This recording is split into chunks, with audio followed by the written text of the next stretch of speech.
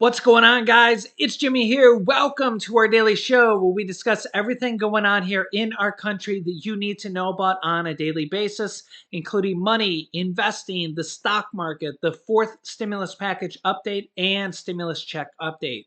If you haven't subscribed to our YouTube channel yet, make sure to click the subscribe button down below. It's completely free to do so. And remember that new videos come out here every day at 10 a.m., 3 p.m., and 8 p.m. Eastern Standard Time. I will keep you up to date here. And also, thanks so much for hitting the like button for us down below. President Biden is urging Congress to pass what he's calling an innovation bill to address inflation and, quote, urgently address inflation. And also, House Speaker Nancy Pelosi was just out last week in what she says could help Americans with direct payments or rebate cards, or direct payments, aka stimulus checks. She says that she would prefer to do this as opposed to pausing the federal gas taxes, which is 18.6 cents. She prefers a direct stimulus check or direct payments considered to fight the sky high gas costs. We also have multiple different states doing this across the United States.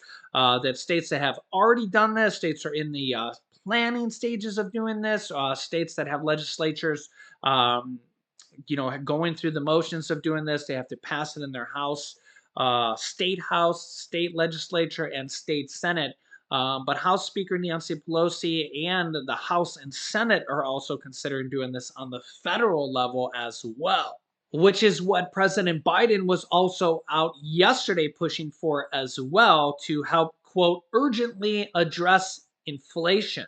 Biden said yesterday that he acknowledged the urgent need to lower costs for Americans, calling on Congress to pass a bipartisan, quote, innovation bill as one way to do so. Speaking at North Carolina A&T University, noted the Labor Department's inflation report that came out earlier this week at 8.5%, the highest in 40 years. Showed prices continued to rise over the last month as Russia's invasion of Ukraine spiked the cost of oil and other goods. Biden said, quote, what people don't know is that 70% of the increase in inflation was a consequence of Putin's price hike because of the impact on oil prices. 70%, Biden said. We need to address these high prices and urgently for working folks out there. And that's part of why I'm going to talk to you about today. Why it is so important. This also comes as the Federal Reserve says that the likelihood of higher interest rate hikes could be coming this year. You could see here the Fed's Waller sees likelihood of multiple half-point interest rate hikes this year instead of quarter-point interest rate hikes this year. The Fed had previously said there could be 6 more interest rate hikes this year of a quarter point each. But now they're saying they could be more of a 0.5% interest rate hike this year each, at least for some of them. Yeah, they said this in a CNBC interview. And for a lot of people with credit card interest rates and home loan interest rates, this will be bad news. It means you'll be paying more money on interest. Yeah, check this out. How are you reading the inflation data that we got this week? Well, the data was high. We knew it was going to be high, so it wasn't that surprising. Oil and or energy and food was going to drive the headline numbers up. We got a little bit of a break on core inflation numbers, came in a little lower than we thought, which is good news. Hopefully we can see that continue going forward. But inflation is it's very high, and we know that this is causing a lot of pain for American households, and we're just going to continue on with our plans with rate hikes and reducing accommodation to try to get this back under control. You mentioned the core inflation number the monthly gain was less than it had been. And it sparked this whole debate over whether inflation has peaked. What do you think? Yeah, I mean, that's kind of what I'm forecasting, is that this is pretty much the peak. It's going to start coming down. That was what I had in my SEP going forward for the second half of the year. Inflation would start to come back down as rate hikes started having a bite on the economy in terms of demand, and that was going to put some downward pressure on prices.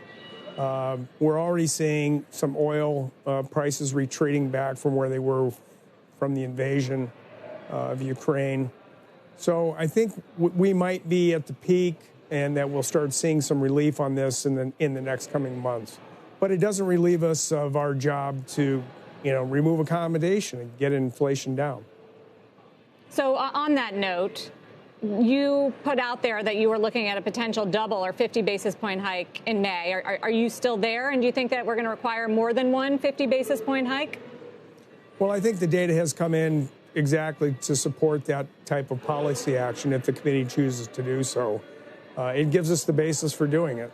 I have said before, I prefer a front-loading approach, so a 50 basis point hike in May would be consistent with that, and possibly more in June and July. How many is it going to take to get inflation down? Well, I think we want to get to above neutral, certainly by the later half of this year, and we need to get closer to neutral as soon as possible. Now, we have talked up rates. The market rates have gone up quite a bit since December, even though we haven't actually moved the policy rate. That's all because of our forward guidance to drive up rates. And it's worked. I mean, look at mortgage rates. They're up almost 200 basis points since December, and I think it's starting to show in the housing market. So anyway, the rates are already up, but we probably still need to do some more. You think housing is slowing? Because I don't know, we keep hearing, first of all, prices are through the roof, and there are concerns that they're not going to come down as a result of lower demand because there's just not enough supply. And so you're going to get into this sort of stagflationary environment in sectors of the economy like housing. Well, unless people are buying only in cash, at some point those higher mortgage rates are going to have a bite on people's ability to finance a house and how much they can pay. I think we'll start seeing that in the next coming months. I think you'll see some downward pressure on housing prices or moderation in housing price increases. The quantities of houses will still sell, but the prices may not be going up anywhere near what they were the last 2 years. What about other parts of the economy where we are experiencing severe inflation and price hikes? What can the Fed do about the fact that Ukraine isn't going to plant as much this season, and Russia is basically shut out of the global economy on its important grain and fertilizer and oil exports, at least to the U.S.? How do you cope with those pressures? Yeah, so that's the thing. We can't really fix these supply chain problems that are out there. All we can do is kind of try to push down demand for these products and take some pressure off the prices that people have to pay for these products. But we can't produce more wheat, we can't produce more semiconductors, but we can affect the demand for those products in a way that puts downward pressure and takes some pressure off of inflation. Yeah, so let me know your thoughts here in the comments. This is a double-edged sword because, inflation is at a 40-year high. Inflation is also at a 30, 40-year high around the world. If you've been watching my channel, I've shown you things like this. United Kingdom inflation hits 30-year high of 7% as energy prices surge. Inflation is going on all around the world. United Kingdom gas prices here, United Kingdom gasoline prices, most recent kind of indicator here, equated to US dollars and equated to gallons is $8.01 per gallon in the United Kingdom. So about double the price we're paying here on average for the country here. So $8 a gallon in the United Kingdom.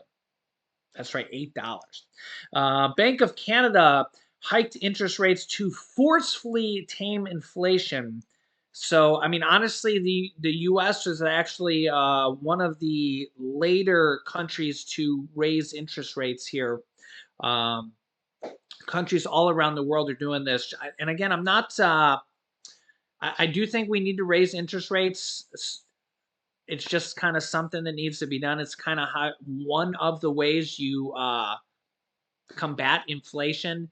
I know it's a double-edged sword, but you can't let inflation run rampant. It's just one of the tools you do to help bring back interest, or I'm sorry, inflation back down. Yeah, countries all around the world are doing it. I know that a lot of people might not like it, but that's why I kind of show you articles like this. Countries all around the world are doing it. All around the world are doing it. Bank of Canada hiked interest rates to forcefully tame inflation. Um, Canada's inflation rate surges to a fresh 30-year high.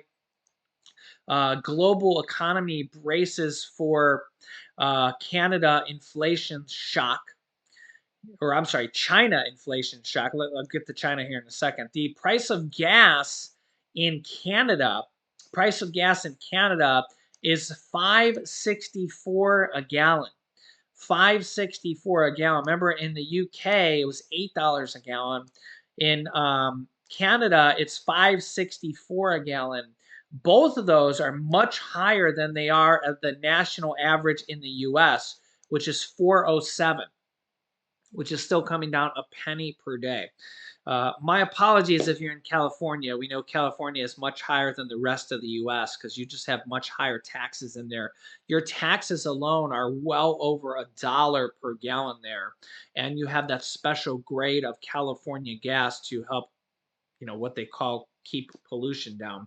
But the national average of gas prices here in the US is 407 and diesel is 501. You can see it's coming down by about a penny per day, which a lot of people would say is not fast enough, but not fast enough. But that's why I kind of like to show you guys this, that everybody is dealing with inflation here. Everybody is dealing with inflation here.